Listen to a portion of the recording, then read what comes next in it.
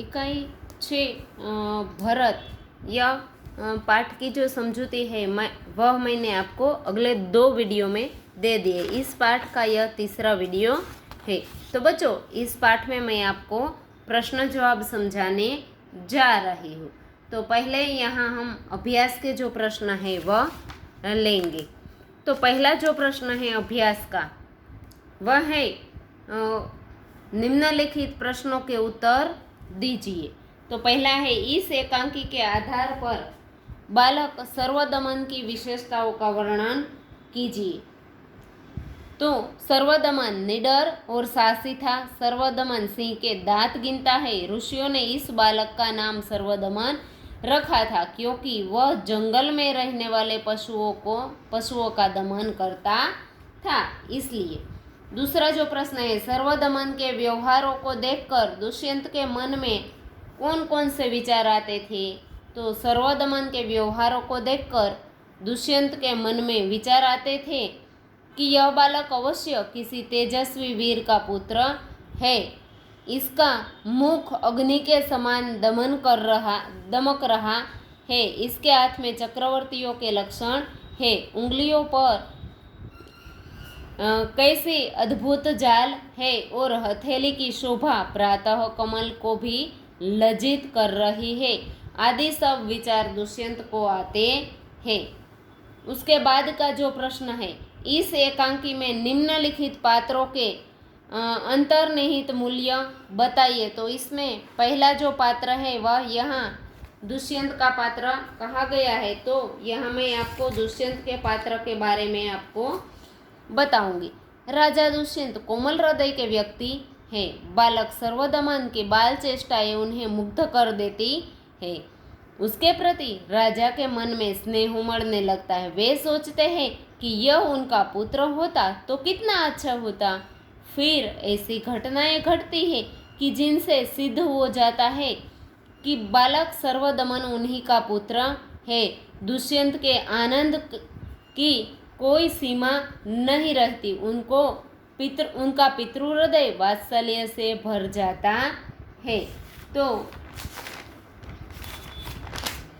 इस तरह से राजा दुष्यंत के बारे में यहाँ दिखाया गया है। दूसरा जो पात्र है बच्चों, वह किसका है? तो वह सर्वदमन यानी कि भरत के पात्र की विशेषताओं के बारे में कहना है। तो सर्वदमन असाधारण बालक है।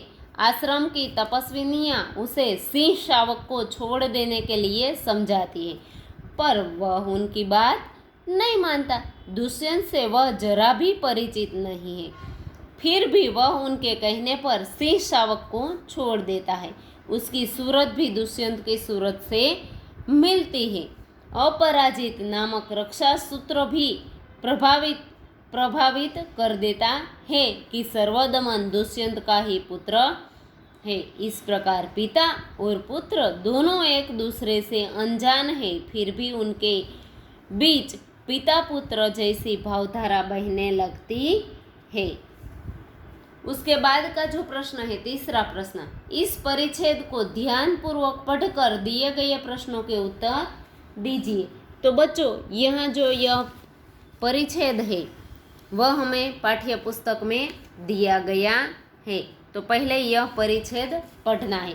कृषि वैज्ञानिकों के अनुसार एक अच्छा जंगल जैविक भंडार घर होता है। यह हजारों प्रजातियों के पौधों को उगाकर रखता है जो बाद में चलकर बहुमूल्य हो जाते हैं। अगर हम जंगल को एक सीमा से भी ज़्यादा छांटते हैं या खत्म करते हैं तो वे चीज़ें भी नष्ट हो जाती हैं जिनकी हमें कभी भी बहुत ज़रूरत हो सकती है।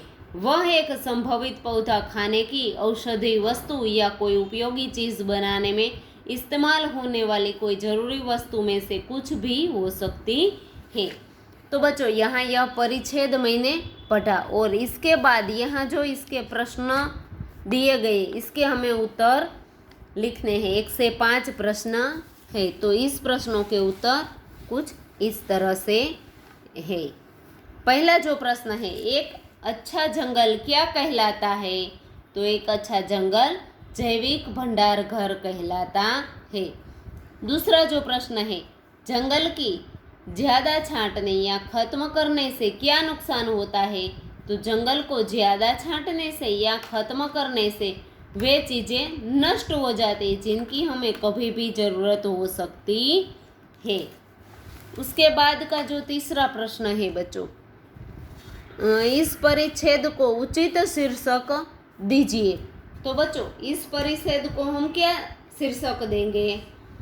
तो यह जो परिच्छेद हमें यहाँ दिया गया है उसके बारे में जंगल या फिर जैविक भंडार घर ऐसा कुछ भी परिचय उसका शब्द हम दे सकते हैं। जंगल यानी कि वन, घर यानी कि गृह, बहुत यानी कि जंगल की सुरक्षा हमारा कर्तव्य, जंगल जैविक भंडार, ऐसा कोई भी शीर्षक हम दे सकते। चौथा जो प्रश्न है पर्यायवाची यानी कि समानार्थी शब्द लिखिए। जंगल तो वन, घर तो गृह, बहुत तो ज्यादा।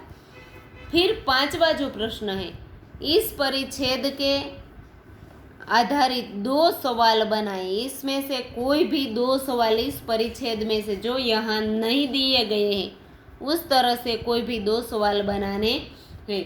तो किसके अनुसार एक अच्छा जंगल जैविक भंडार घर होता है बच्चों? तो ऐसा एक प्रश्न। और दूसरा, बाद में चलकर कितने मूल्य का हो जाते हैं? तो इस तरह से मैंने यहाँ 2 प्रश्न बनाए हैं। उसके बाद है स्वाध्याय के चौथा जो प्रश्न, सोच अपनी अपनी। तो आपको कौन सा टीवी प्रोग्राम अच्छा लगता है, क्यों? 10-15 वाक्यों में वर्णन कीजिए। तो यह जो प्रश्न है बच्चों, आपको जो भी कोई भी टीवी प्रोग्राम पसंद है, या वो डिस्कवरी का हो, न्यूज़ का हो यानी कि समाचार का हो, या फिर किसी सीरियल का हो, या बच्चों का जो प्रोग्राम आता है उसका हो, तो उस प्रोग्राम के बारे में क्यों अच्छा लगता है, इस तरह से आपको 10-15 वाक्य में उसका वर्णन करना है। ये आपको अपने आप लिखना है। कक्षा में पढ़ाई कर रहे हो और धरतीकंप आ जाए तो आप क्या करेंगे? तो आप बैठे हैं, कक्षा में पढ़ रहे हैं और धरतीकंप आता है तो आप क्या करेंगे तुरंत? तो कक्षा में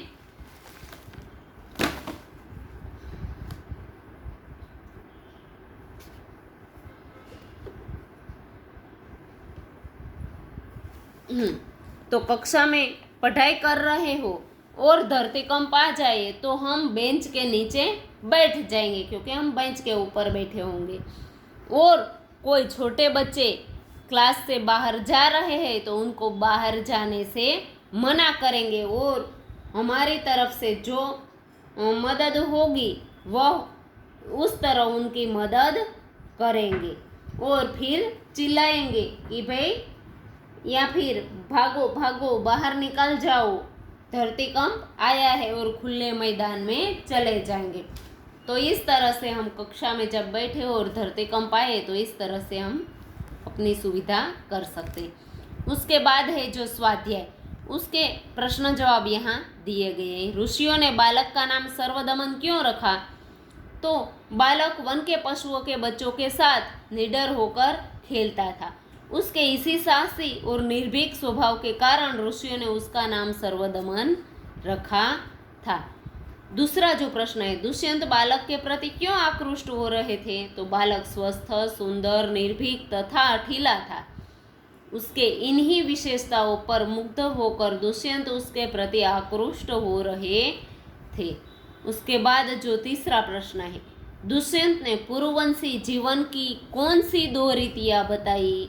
तो दुष्यंत ने पूर्ववंशी जीवन की 2 रीतियां इस तरह से बताई। पहला, वे युवावस्था में महलों में रहकर पृथ्वी की रक्षा और पालन करते हैं। दूसरा, वृद्धावस्था में वो तपस्वियों के आश्रम में वृक्षों के नीचे कुटी बनाकर रहते हैं।